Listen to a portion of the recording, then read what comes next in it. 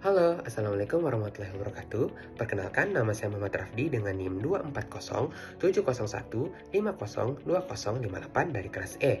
Nah, pada kesempatan kali ini, saya akan menceritakan tentang diri saya dari dalam kandungan atau disebut prenatal hingga sekarang. Nah, langsung saja kita masuk ke pembahasannya. Nah, adapun perkembangan menurut Jean Piaget yaitu kemampuan individu dalam berpikir. Adapun masa prenatal yaitu merupakan tahapan awal perkembangan manusia yang dimulai sejak pembuahan, yaitu saat sel sperma bertemu dengan sel telur. Nah, menurut Jurnal Pendidikan Anak Usia Dini yang berjudul Perkembangan pada Masa Prenatal dan Kelahiran, karya Wahyuni Aprilia, terdapat berbagai faktor yang dapat mempengaruhi proses perkembangan prenatal itu sendiri. Yang pertama yaitu teratogen, yaitu faktor-faktor yang menyebabkan kelainan saat kelahiran seringkali berasal dari proses kehamilan yang tidak berjalan dengan optimal. Dan hasil wawancara dengan ibu saya selama kehamilan, syukurnya ibu saya tidak mengalami yang namanya teratogen. Yang kedua yaitu faktor ibu. Faktor ibu memiliki peran utama yang sangat mempengaruhi perkembangan janin. Berdasarkan hasil wawancara dengan ibu saya, beliau mengakui hanya mengalami rasa tidak nyaman dan mual selama kehamilan. Syukurnya beliau tidak pernah mengalami gangguan kesehatan yang serius. Yang ketiga ada faktor ayah. Ayah juga berperan penting dalam perkembangan optimal janin.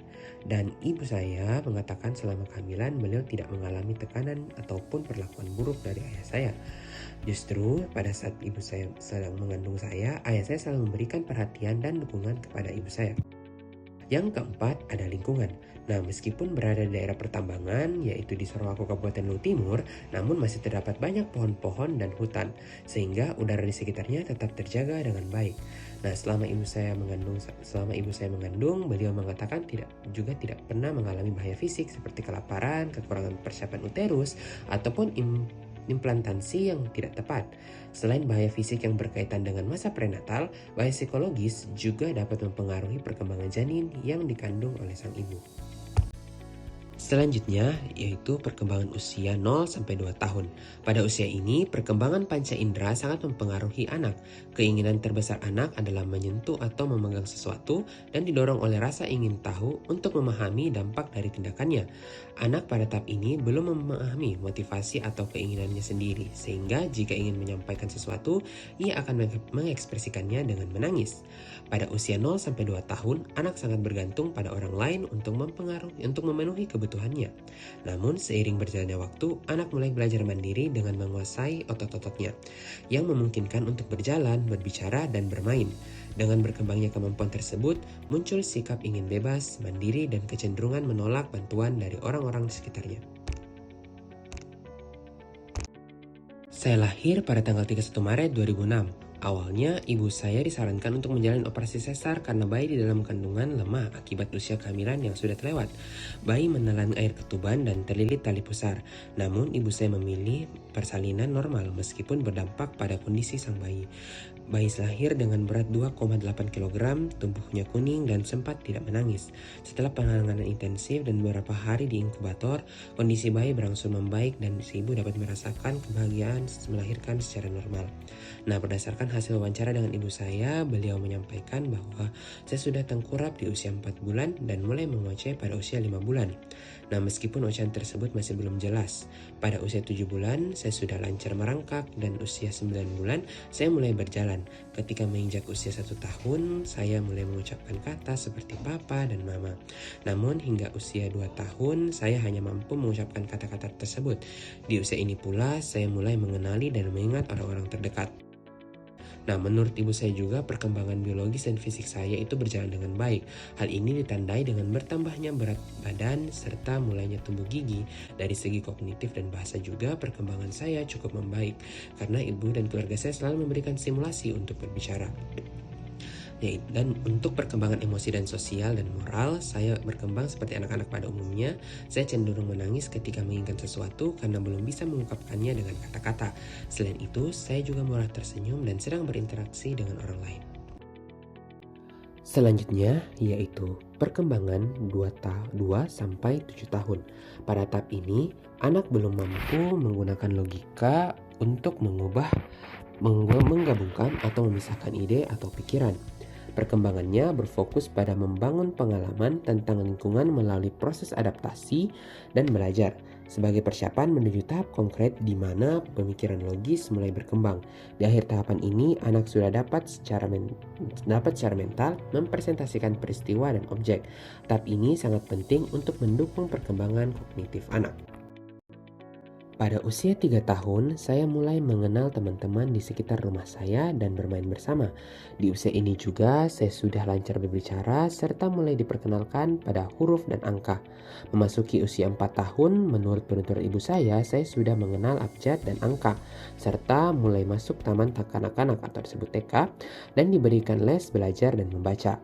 Pada usia 5 tahun, saya sudah lancar membaca, menambahkan dan mengurangkan bilangan berkat les yang diberikan sebelumnya.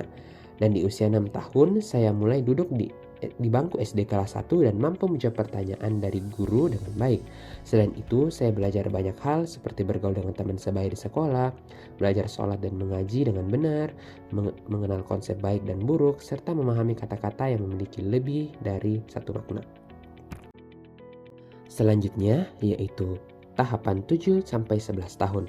Pada tahap ini, anak mulai bisa berpikir secara logis tapi masih terbatas pada benda-benda yang nyata. Anak mulai bisa memahami konsep-konsep seperti jumlah, ukuran, dan volume dengan lebih jelas. Pemikirannya mulai lebih teratur dan rasional, menandakan awal dari kemampuan berpikir logis. Pada tahap ini juga, saya belajar banyak hal seperti menyelesaikan soal matematika, mengendarai sepeda, bermain dan bergaul dengan lebih banyak orang, menghafal perkalian, serta mengenal anggota tubuh. Berdasarkan penuturan dari ibu saya, perkembangan kognitif dan fisik saya dapat dikatakan baik, dengan tinggi dan berat badan yang terus bertumbuh seiring bertambahnya usia. Pada usia 10 tahun, saya mulai berani pulang sendiri ke rumah, baik dengan berjalan kaki maupun menaiki ojek, jika orang tua tidak dapat menjemput. Saya juga sudah berani pergi sendiri untuk mengerjakan tugas kelompok atau beraktivitas lain di luar rumah ataupun sekolah. Dari segi emosi, ibu saya menyebutkan bahwa perkembangan emosi saya tergolong baik, meskipun terkadang di usia ini saya merasa malu-malu saat bertemu atau berkenalan dengan orang baru. Selanjutnya adalah perkembangan 12 tahun hingga sekarang. Saat remaja memasuki tahap ini, mereka mulai bisa berpikir secara abstrak. Artinya, mereka bisa memikirkan ide-ide tanpa harus melihat atau merasakan langsung. Mereka mulai memahami konsep yang lebih rumit dan bisa membuat keputusan dengan cara yang lebih matang. Pada tahap ini, saya sudah mencapai masa balik, yaitu mimpi basah bagi laki-laki, dan mulai memasuki bangku SMP. Di sini, saya juga belajar untuk menjadi lebih mandiri, menggunakan logika saya untuk menyelesaikan masalah, serta merencanakan langkah-langkah yang perlu diambil untuk mencapai cita-cita saya.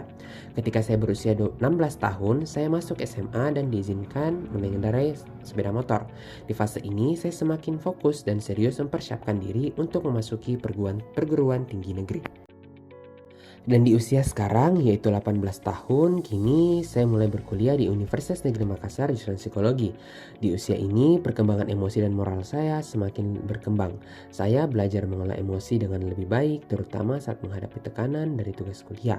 Saya juga mulai memahami moralitas dengan cara yang lebih dalam. Saya bisa lebih paham dampak dari setiap tindakan, membuat keputusan yang lebih baik, dan tahu mana yang benar dan mana yang salah. Pengalaman-pengalaman di perkuliahan ini membuat saya lebih dewasa secara emosi dan moral, serta membantu saya menghadapi masalah dengan lebih bijak dan peduli terhadap orang lain. Nah teman-teman, itu dia cerita dari saya hingga dari dalam kandungan hingga sekarang. Sekian yang bisa saya sampaikan, lebih dan kurangnya mohon dimaafkan. Saya akhiri, wabillahi taufiq wal hidayah. Wassalamualaikum warahmatullahi wabarakatuh dan bye-bye.